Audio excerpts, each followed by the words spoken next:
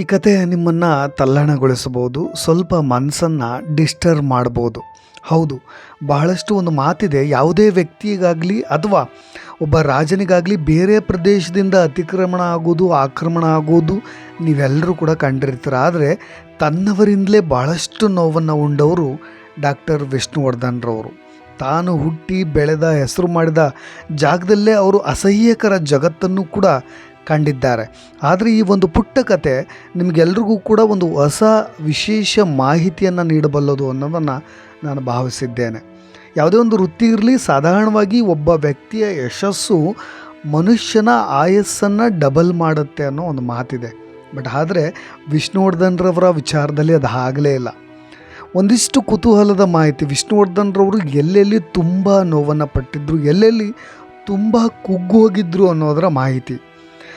Especially ವಿಷ್ಣುವರ್ಧನ್ರವರು doctor Rajkumar ಅವರ ಬಗ್ಗೆ ಹೇಳಿದಂಥ ಒಂದೇ ಒಂದು ಮಾತು ಬಹಳಷ್ಟು ಕಡೆ ಅದೊಂದು ಚರ್ಚೆಗೆ ಗ್ರಾಸವಾಗಿತ್ತು, ಅನೇಕರನ್ನು ಚಿಂತೆಗೀಡಾಗುವಂತೆ ಮಾಡಿತ್ತು. ಆ ಥರದ ಒಂದು ಕತೆ ಜೊತೆಗೆ ಅದಕ್ಕೆ ಸಂಬಂಧಪಟ್ಟ ಹಾಗೆ ಒಂದಿಷ್ಟು ಮಾಹಿತಿಗಳ ಜೊತೆಗೆ ಸಾಗೋಣ. ಯಜಮಾನ ಮತ್ತು ಆಪ್ತಮಿತ್ರ ಚಿತ್ರಗಳು ಕನ್ನಡ ಚಿತ್ರರಂಗದಲ್ಲಿ ಹೊಸ ಇತಿಹಾಸ ಮತ್ತು ಹೊಸ ಅಧ್ಯಾಯವನ್ನು ಸೃಷ್ಟಿ ಮಾಡಿದ ಎರಡು ಸಿನಿಮಾಗಳು. ಬಟ್ ಆದರೆ ಇವೆರಡೂ ಸಿನಿಮಾಗಳ ಸಕ್ಸಸ್ಸು ವಿಷ್ಣುವರ್ಧನ್ರವರಿಗೆ ಬಹಳಷ್ಟು ಖುಷಿಯನ್ನು ತಂದು ಕೊಡಲಿಲ್ಲ, ಬಹಳಷ್ಟು ಜೀವನೋತ್ಸವವನ್ನು ಡಬಲ್ ಮಾಡಲಿಲ್ಲ ಅನ್ನೋ ಒಂದು ಮಾತಿದೆ. ಒಬ್ಬ ಅತ್ಯಾಪ್ತ ಸ್ನೇಹಿತನನ್ನು ಕಳ್ಕೊಂಡಿದ್ದು ಆಪ್ತಮಿತ್ರ ಚಿತ್ರ ಆದಮೇಲೆ, ಅದು ನಿಮಗೆಲ್ಲ ಗೊತ್ತಿರ್ಬೋದು, ದ್ವಾರಕೀಶ್ ಅವರ ಸ್ನೇಹ. ಅಪಾರ್ಟ್ ಫ್ರಮ್ ದಟ್, ಈ ಥರದ ಸ್ನೇಹ ಅವ್ರು ಕಳ್ಕೊಂಡಾಗ ಡಾಕ್ಟರ್ ವಿಷ್ಣುವರ್ಧನ್ರವ್ರಿಗೆ ಈಗೋ ಇದೆ ಅಂತ ಹೇಳಿ ಕೂಡ ಬಹಳಷ್ಟು ಕಡೆ ಕೇಳಿಬಂದವು. ಇದೇ ರಾಜೇಂದ್ರ ಸಿಂಗ್ ಬಾಬು ಅವರು ಒಂದು ಮಾತನ್ನು ಹೇಳಿದರು, ನಾನು ಇವನಿಗೆ ಚಾನ್ಸ್ ಕೊಟ್ಟಿದ್ದು ಇವ್ರ ಸ್ಟಾರ್ ವ್ಯಾಲ್ಯೂ ಜಾಸ್ತಿ ಆಗಲಿಕ್ಕೆ ನಾನೇ ಕಾರಣ, ಬಟ್ ಆದರೆ ಈಗ ನನಗೆ ಕಾಲ್ ಶೀಟ್ ಕೊಡ್ತಾ ಇಲ್ಲ ಅನ್ನೋ ಒಂದು ಮಾತು. ಅದರ ವಿರುದ್ಧವಾಗಿ ಅನೇಕ ಕಡೆ ಅಸಮಾಧಾನದ ಮಾತುಗಳು ಕೂಡ ಕೇಳಿಬಂದಿತ್ತು. ವಿಷ್ಣುವರ್ಧನ್ರವರು ಕೂಡ ಅದಕ್ಕೊಂದು ರಿಯಾಕ್ಟನ್ನು ಕೊಟ್ಟಿದ್ದಾರೆ.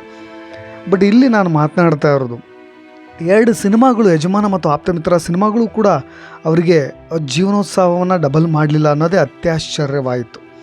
ಅದಾದ ನಂತರ ಬೆಂಗಳೂರು ವಿಶ್ವವಿದ್ಯಾನಿಲಯ ವಿಷ್ಣು ಅವರ ಕಲಾ ಸೇವೆಯನ್ನು ಗುರುತಿಸಿ ಅವ್ರಿಗೆ ಡಾಕ್ಟರೇಟ್ ಪದವಿಯನ್ನು ಕೊಟ್ಟಿತ್ತು. ಆಗಲೂ ಕೂಡ ಅಷ್ಟೇ ತುಂಬ ಕಾನ್ಸ್ಟೆಂಟಾಗಿ ಅದನ್ನು ರಿಸೀವ್ ಮಾಡಿದವರು. ಅದರಿಂದ ಜಾಸ್ತಿ ಗರ್ವ ಪಡೋದಾಗಿರಲಿ, ಹೆಮ್ಮೆ ಪಡೋದಾಗಿರಲಿ ವಿಷ್ಣುವರ್ಧನ್ರವರು ಯಾವತ್ತೂ ಕೂಡ ಮಾಡಿಲ್ಲ. ನನಗೆ ಡಾಕ್ಟರ್ ವಿಷ್ಣುವರ್ಧನ್ ಅಂತ ನೀವು ಕರಿಬೇಡಿ ಅಂತಲೂ ಕೂಡ ಹೇಳಿದರು. ಅದಾದ ನಂತರ ಗೌರವ ಡಾಕ್ಟರೇಟ್ ಪದವಿ ದೊರೆತಿದ್ದು ಎಲ್ಲೂ ಕೂಡ ಅಷ್ಟು ಸಂಭ್ರಮಾಚರಣೆ ಕೂಡ ಅದನ್ನು ಸೆಲೆಬ್ರೇಟ್ ಕೂಡ ಮಾಡಲಿಲ್ಲ. ಆದರೆ ಭಾಳಷ್ಟು ಖುಷಿಪಟ್ಟಿದ್ದು ಡಾಕ್ಟರ್ ವಿಷ್ಣುವರ್ಧನ್ ಅವರ ಜೀವನದಲ್ಲಿ ತಾತನಾಗಿ ಯಾವಾಗ ಬಡ್ತಿ ಪಡಿತಾರೋ ಆವಾಗಲೇ ಕೂಡ, ಆವಾಗೇ ಒಂದು ಸ್ವಲ್ಪ ಅವ್ರ ಮುಖದಲ್ಲಿ ಬಹಳಷ್ಟು ನಗುನ ನೋಡಿದ್ದಂತೆ. ಏನೇ ಪತ್ರಿಕಾಗೋಷ್ಠಿ, ಪ್ರೆಸ್ ಮೀಟ್ಗಳು ನಡೀಲಿ, ಪಾರ್ಟಿಗಳು ನಡೀಲಿ, ಮೊಮ್ಮಕ್ಕಳ ಚೇಷ್ಟೆ ತುಂಟಾಟಗಳ ಬಗ್ಗೆನೇ ವಿಷ್ಣು ದಾದಾ ಮಾತನಾಡ್ತಾ ಇದ್ರಂತೆ. ಈ ಮಧ್ಯೆ ಅವರ ವೃತ್ತಿ ಮತ್ತು ವೈಯಕ್ತಿಕ ಜೀವನಗಳು ಎರಡರಲ್ಲೂ ಕೂಡ ಅವರ ನಲಿವಿನ, ಸಂತಸದ, ಸಂಭ್ರಮದ ಬದಲು ನೋವು, ದುಃಖ, ದುಮ್ಮಾನ, ಅನೇಕ ವಿವಾದಗಳು, ಇದರಿಂದಲೇ ಮಾನಸಿಕವಾಗಿ ಜರ್ಜರಿತರಾಗಿ ಹೋಗಿದ್ದರು. ಯಜಮಾನ ಚಿತ್ರದ ಯಶಸ್ಸಿಗಿಂತ ಅವರಿಗೆ ಅವರ ನಿರ್ದೇಶಕ ಮತ್ತು ಅವರ ಭಾವಮೈದುನನ್ನು ಆಕಸ್ಮಿಕವಾಗಿ ಸಾವಾಯ್ತಲ್ಲ, ಅದು ಅವ್ರನ್ನ ತುಂಬ ಖಿನ್ನತೆಗೆ ದೂಡಿತ್ತು.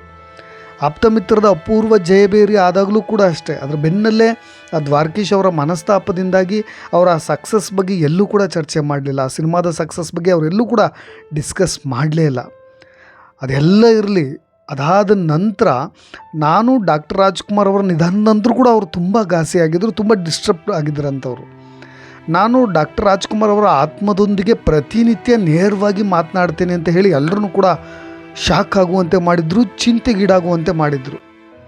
ಅದಾದ ನಂತರ ಅವರ ಮೆಚ್ಚಿನ ಸಹೋದರಿ ನಿಧನ ಆದಾಗಲೂ ಕೂಡ ವಿಷ್ಣು ತುಂಬ ಒಂಟಿಯಾದಂಗೆ ಕಾಣ್ತಾ ಇದ್ದರು.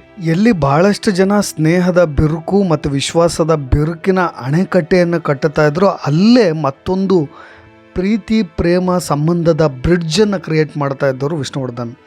ನಾನು ಯಾವಾಗ ಡಾಕ್ಟರ್ ರಾಜ್ಕುಮಾರ್ ಅವರ ಆತ್ಮದೊಂದಿಗೆ ಮಾತನಾಡ್ತೀನಿ ಅನ್ನೋದನ್ನು ಅಭಿಮಾನಿಗಳು, ಕಲಾ ರಸಿಕರು ಕೇಳಿದಾಗ ಎಂತಹ ದೊಡ್ಡ ವ್ಯಕ್ತಿ ವಿಷ್ಣುವರ್ಧನ್ ಅವ್ರ ಮೇಲೆ ಯಾವ ರೀತಿಯಾದಂಥ ಪ್ರೇಮವನ್ನು ಇಟ್ಟಿದ್ರು ಅನ್ನೋದಕ್ಕೆ ಇದು ಒಂದೇ ಸಾಕ್ಷಿ. ಯಾರು ಏನೇ ಊಹಾಪೋಹಗಳನ್ನು, ಟೊಳ್ಳು ಪೊಳ್ಳು ಮಾತುಗಳನ್ನು ಆಡಲಿ, ಬಟ್ ವಿಷ್ಣುವರ್ಧನ್ರವರ ಮನಸ್ಸಿನಲ್ಲಿ ಡಾಕ್ಟರ್ ರಾಜ್ಕುಮಾರ್ ಅವ್ರಿಗೆ ಪ್ರತ್ಯೇಕ ಸ್ಥಾನ ಯಾವಾಗಲೂ ಇತ್ತು. ಹಾಗಾಗಿಯೇ ಇಂದಿಗೂ ಡಾಕ್ಟರ್ ವಿಷ್ಣುವರ್ಧನ್ ಜೀವಿಸ್ತಾ ಇದ್ದಾರೆ.